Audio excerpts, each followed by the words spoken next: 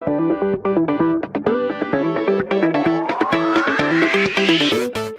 जिले से बाहर गए और लॉकडाउन की वजह से वहीं फंस गए, उन लोगों के लिए भी रास्ते खोल दिए गए हैं।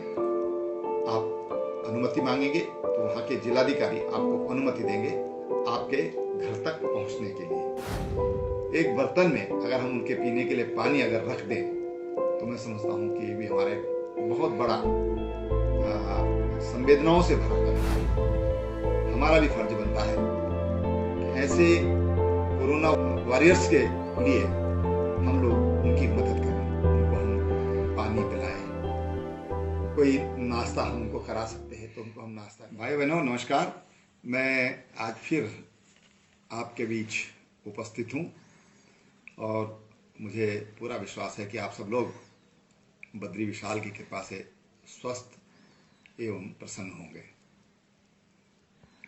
अभी ये लॉकडाउन 2 शुरू हुआ है और 3 मई तक माननीय प्रधानमंत्री जी ने सभी से विनम्र हाथ जोड़ करके प्रार्थना की है कि जिस तरह से आप लोगों ने पूरे अनुशासन के साथ, संयम के साथ लॉकडाउन का पालन किया और जिसके कारण आज भारत में कोरोना वायरस का संक्रमण है उसको हम कम करने में सफल हो पाए, तो ये सब आप सबके सहयोग से, आप सबके संयम से ही ये संभव हो पाया और इसलिए मैं आपको एक बार फिर धन्यवाद करता हूँ। हमने अभी सभी जिलाधिकारियों को ये समाधान करने के निर्देश दिए हैं कि आप मानवीय आधार पर और व्यवहारिक आधार पर आप अपने जिलों में लोगों को जो भी सुविधाएं उपलब्ध हो सकती हैं वो करते रहें। आपसे भी मैं अपील करना चाहूँगा कि हमारे तमाम पुलिस के जवान, हमारे स्वास्थ्य कर्मी, हमारी आशाएं, आंगनबाड़ी और तमाम अन्य विभागों के लोग आपके बीच में लगातार अपने दायित्व का, अपने फर्ज का निर्वहन कर रहे हैं। कड़कती धूप में वो चौराहों पर खड़े जवान पहरा दे रहे हैं, 24 आवर वो पहरा दे रहे हैं। हमारा भी फर्ज बनता है कि ऐसे कोरोना वॉरियर्स के लिए हम लोग उनकी मदद करें, उनको हम पानी पिलाएं, कोई नाश्ता हम उनको करा सकते हैं तो उनको हम नाश्ता कराएं, हम उनको पूछें जरूर, उनके हालचाल जरूर पूछें। आपका पूछना कि हम आपकी क्या कोई मदद कर सकते हैं, मैं समझता हूं कि उनके साहस को, उनके मनोबल को कई गुना बढ़ा देगा। हमारे आसपास हमारे पालतू पशु हैं जो सड़कों पर घूमते हैं, डॉग्स हैं, कुत्ते हैं, बिल्लियां हैं, पक्षी हैं जो आपसे पानी नहीं मांग सकते, जो आपसे खाना नहीं मांग सकते, लेकिन हाँ हम अपने घर पर उनके लिए थोड़ा दाना डाल सकते हैं, रोटी डाल सकते हैं, कहीं घास की व्यवस्था हो सकती है तो घास उनको दे सकते हैं और एक बर्तन में अगर हम उनके पीने के लिए पानी अगर रख दें तो मैं समझता हूं कि ये भी हमारे बहुत बड़ा संवेदनाओं से भरा कदम है। ये संवेदनाएं ही कोरोना की जो लड़ाई है, कोरोना का जो आक्रमण है, वो हमारी संवेदनाएं ही उसको मुकाबला कर सकती हैं, उसको कम कर सकती हैं। दूसरी बात मैं आपसे कहना चाहता हूं कि शादी ब्याहों का सीजन शुरू हो गया है।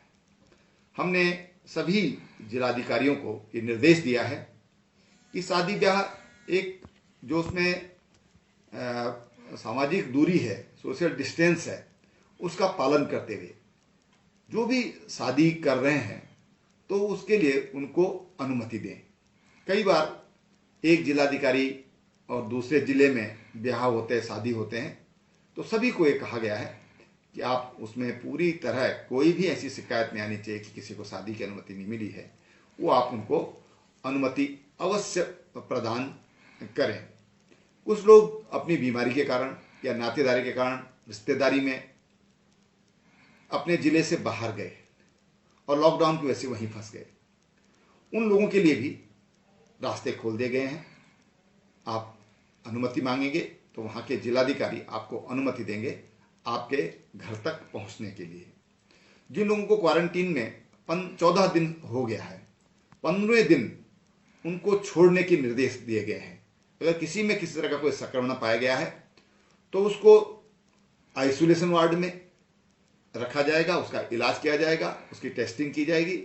अन्यथा जो भी लोग हैं उनको 14 दिन वहाँ रहने के बाद उनको उनके जो स्थान है, उनके जो घर हैं या उनका जो गांव है, वो वहाँ जाने के लिए उनको छूट होगी। फलों का भी सीजन शुरू हो रहा है, आम, लीची, उसका भी सीजन शुरू हो रहा है। कई बार ये देखा गया है कि उसके जो ठेकेदार हैं वो राज्य से बाहर के आते हैं। ऐसे में जो किसान हैं, आपको किसानों की मदद करनी है। किसानों को किस तरह से मदद हो सकती है, वो उनको मदद किया जाना चाहिए। उनकी फल खराब ना हो जाए, उनको नुकसान ना हो जाए, इसकी चिंता भी आपको करनी है। साथ ही आजकल गर्मी के दिन शुरू हो गए हैं, पानी की डिमांड बढ़ी है। उत्तराखंड में जो लोग हमारे प्रवासी थे, बड़ी संख्या में इस बीच उत्तराखंड में वापस आए हैं। लॉकडाउन हटेगा तो इनकी संख्या और बढ़ेगी। तो उन लोगों के लिए हम लोग पानी की चिंता हमको करनी होगी। गर्मी का सीजन है, पानी की खपत बढ़ेगी, पानी के जो उपभोक्ता हैं उनकी संख्या भी बढ़ेगी। और इसलिए हमारी कोई लाइनें, जो पेयजल की लाइनें हैं, उनको हम, अगर वो ख़राब हैं तो उनको हम तुरंत उनकी मरम्मत कराएं, ताकि लोगों को गर्मियों के दिनों में पर्याप्त पानी मिल सके। अगली बात मैं आपसे कहना चाहता हूं कि अनेक लोग हमारे पास उनके संदेश आए हैं कि वो गांव में ही रहना चाहते हैं, और इसलिए एक फॉर्म आपको दिया गया है, जिलाधिकारियों को दिया गया है। जो भी लोग अपने गांव में आए हैं वो फॉर्म उनसे भरवाया जाए, और उस फॉर्म के आधार पर हम भविष्य में अपने राज्य की नीति बनाएंगे कि आखिर हमारे जो लोग वापस गांव में आए हैं या उत्तराखंड आए हैं, वो क्या चाहते हैं, वो क्या करना चाहते हैं, और उनका योगदान भी हम राज्य के विकास में लेना चाहेंगे। और उस दृष्टि से हम आगे की अपनी रणनीति बनाएंगे। अभी उत्तराखंड में जो ऑफ सीजन वेजिटेबल्स हैं, जैसे मटर आजकल हमारे यहाँ हो रहा है, ये देखने में आ रहा है कि मटर के दाम किसानों को नहीं मिल पा रहे हैं। उसका कारण ये है कि तमाम जो हमारा पर्यटन प्रदेश है और पर्यटक आज उत्तराखंड में आ नहीं रहे हैं या देश में ही बाहर नहीं निकल रहे हैं।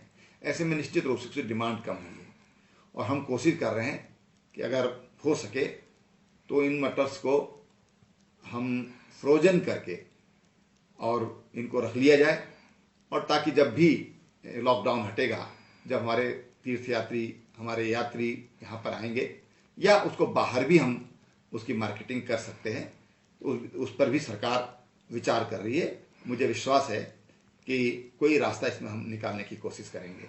अभी आजकल ओलावृष्टि हो रही है, ओलावृष्टि से हमारी फसलें खराब हुई हैं, और सभी जिलाधिकारियों को निर्देशित किया गया है कि आप उसका आकलन करें, उसका सर्वेक्षण करें, ताकि जो हमारे किसान हैं उनको मदद दी जा सके। मैं विश्वास करता हूं कि आप सब लोग, सरकार जो प्रयास कर रही है उसमें जिस तरह से आपका सहयोग हमको मिल रहा है, वो आगे भी मिलता रहेगा। मैं एक बात आपसे फिर दोहराना चाहूँगा कि हम फेस कवर, जैसे मैंने ये इस्तेमाल किया है, इसका हम इस्तेमाल कर सकते हैं, और 80% तक हम कोरोना वायरस या तमाम तरह की जो बीमारियां होती हैं या जिसको हम एलर्जिक तकलीफें इस सीजन में होती हैं, उनसे हम बच सकते हैं। तो आप जरूर अपने नाक मुंह को ढकें, और नाक मुंह ढकेंगे तो हम उतना ही हम इस बीमारी से दूर रह सकते हैं। डिस्टेंसिंग, सामाजिक दूरी, उसका हम हर दम उसका पालन करें, और ये हमको लंबे समय तक करना पड़ सकता है, लंबे समय तक। ये 3 महीने हो सकता है कि ये 2021, 22, 23, 24 हम अपने अभ्यास में लाएं कि एक साफा ये हमारे गले में हो, गमछा हमारे गले में हो, और हम अपने नाक मुंह ढक करके चलें, तो उससे हम और अधिक सुरक्षित होंगे। क्योंकि अभी इस वायरस का कोई भी इलाज नहीं मिल पाया है, कोई भी इलाज नहीं मिल पाया है। इस वायरस का चरित्र क्या है, ये भी हमारे वैज्ञानिक, दुनिया के वैज्ञानिक इसको नहीं समझ पा रहे हैं। और इसलिए एक तरह से ये छुपकर अटैक करने वाला ये विषाणु है। इस विषाणु से बचने का एक सस्ता और सुलभ तरीका है कि हम अपने फेस को, अपने नाक मुंह को ढक कर रखें, बार बार हाथ धोएं, साबुन से धोएं। कोई जरूरी नहीं कि सैनिटाइजर हो, बहुत हम घर में आराम से साबुन से धुल सकते हैं। हम सफाई से रखें, हम नहाएं धोएं, इसका हम जरूर ख्याल रखें। मैं समझता हूं कि इसी में हमारी भी सुरक्षा है, हमारे देश की भी सुरक्षा है, और देश के लिए हमारा एक बहुत बड़ा योगदान होगा कि जब हम इन नियमों का पालन करेंगे। धन्यवाद।